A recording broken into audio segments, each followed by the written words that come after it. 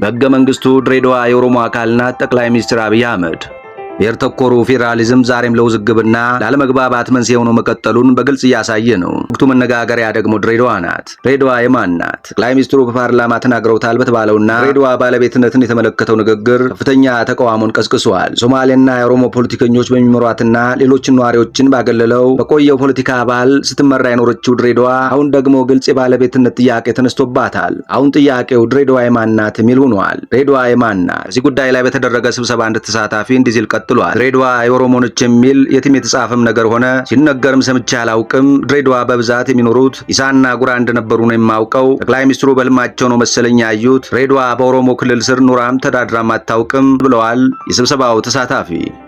ይህ ንግግር ለመቃወም ከተሰባሰቡት የሶማሌ ጎሳ መሪዎችና የሀገር ሽማግሌዎች እንዲሁም ወጣቶች መካከል አንደኛው ከተናገረው የተወሰደ ነው ሲል የዘገበው ወሎ አዲስ ነው።